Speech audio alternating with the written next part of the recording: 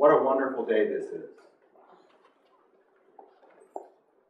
I am so glad that we have Liam here to be baptized. And because I didn't have a chance to really talk to the parents and godparents about what baptism means, as I am instructed to do, and because I think it's worthwhile just reflecting a little bit on baptism, I'd like to do that now. And I'd like to do that in a way that imagines you telling Liam at some future point what happened here. I hope that at some point he comes to you and asks, was I baptized? And you can answer yes. And that he says, what did that mean? And if he doesn't come to you, that you'll just go to him and tell him. And when he does ask, or when you tell him, I'd like to suggest that you do it with a little story. And I'm going to tell you what story I think you should use. And I don't think you're going to have any trouble remembering the story, because it's one you know. It's one all of you know very well. I wonder if you can guess what it is. I'll start it out. It goes like this. Once upon a time, there was a duckling. Only he wasn't quite like other ducklings. Yes. He was a very strange-looking duckling. He was much bigger than the other ducklings, for one thing.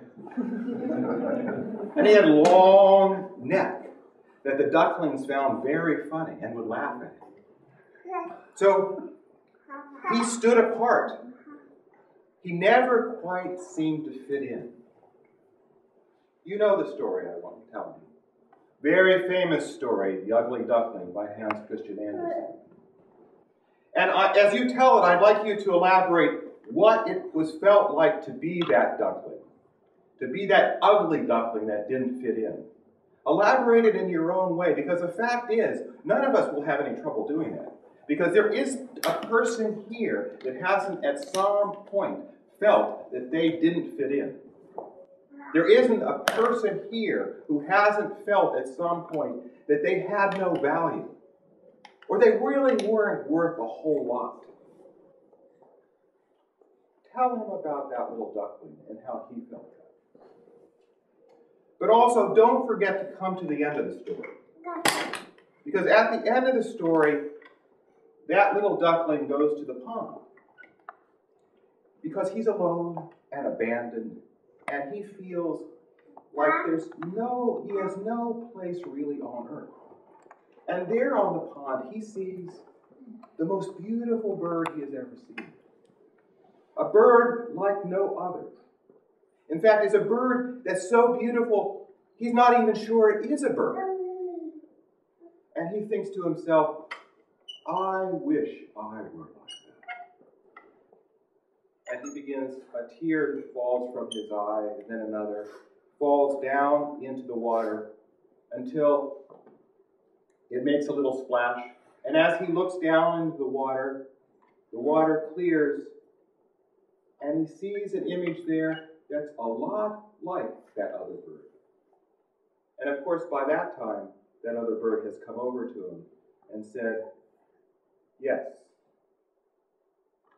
you are what I am. I am a swan, and you are a swan too. Look in the water. Look at yourself. You are what I am. You will be what I am. You are flesh of my flesh, blood of my blood. Your Father is my Father. Follow me. Now, I have to admit, I changed the ending a little bit. But the reason I did that is because you can go on to say that the reason you're telling Liam this story is because there was a time in human history when all people felt that they didn't belong. And all people felt that they really weren't worth a whole lot, and they really had no value.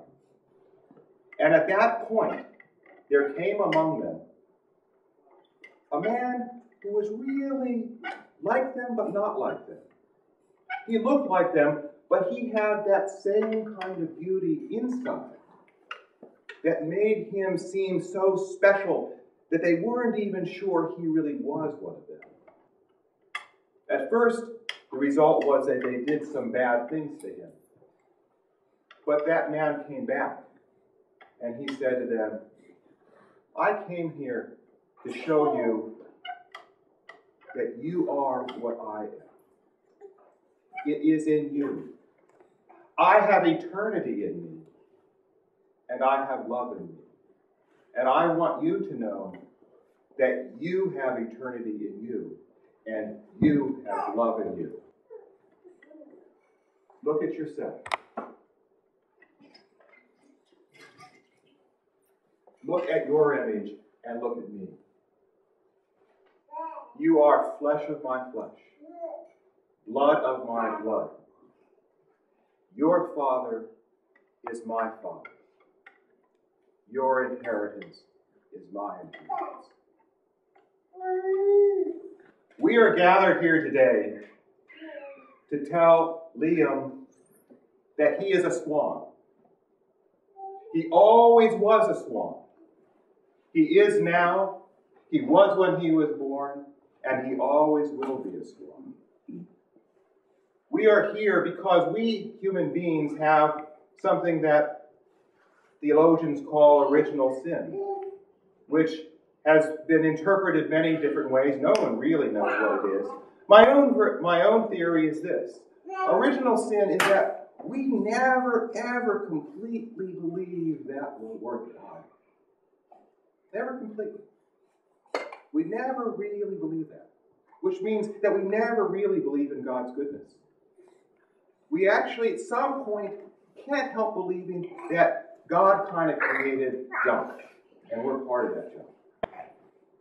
So this is the moment where we say, no, that is not true. God does not make junk. God has never made junk. Liam was a swan the moment he was born. And he's a swan now. And he will be a swan from now on. But the reason we need to do this is because there are so many forces in the world that are going to try to tell him something different. That we need to make it very clear that he knows from this moment on that he is a swan. That he is one with that man who came down, so that he never has doubt again. Now, maybe some of you may have noticed that there's a little flaw in this. Because if we're here to do this once and for all, so that Liam knows, the trouble is, he's not going to remember. And also the trouble is, because we never completely lose that feeling of self-doubt, there are going to be a lot of people who are going to tell him otherwise. They're going to tell him that he really is an ugly guy. They're going to tell him that he really isn't a swan. So the reason why we are here is to gather together the people who are going to promise that that doesn't happen.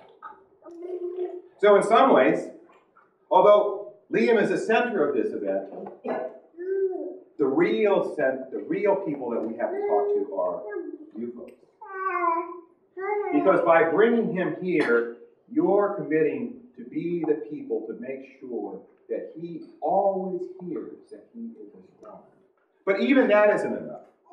Not even the parents or godparents or even a very loving family is enough. Because the fact is, you've heard the phrase, it takes a village to raise a child.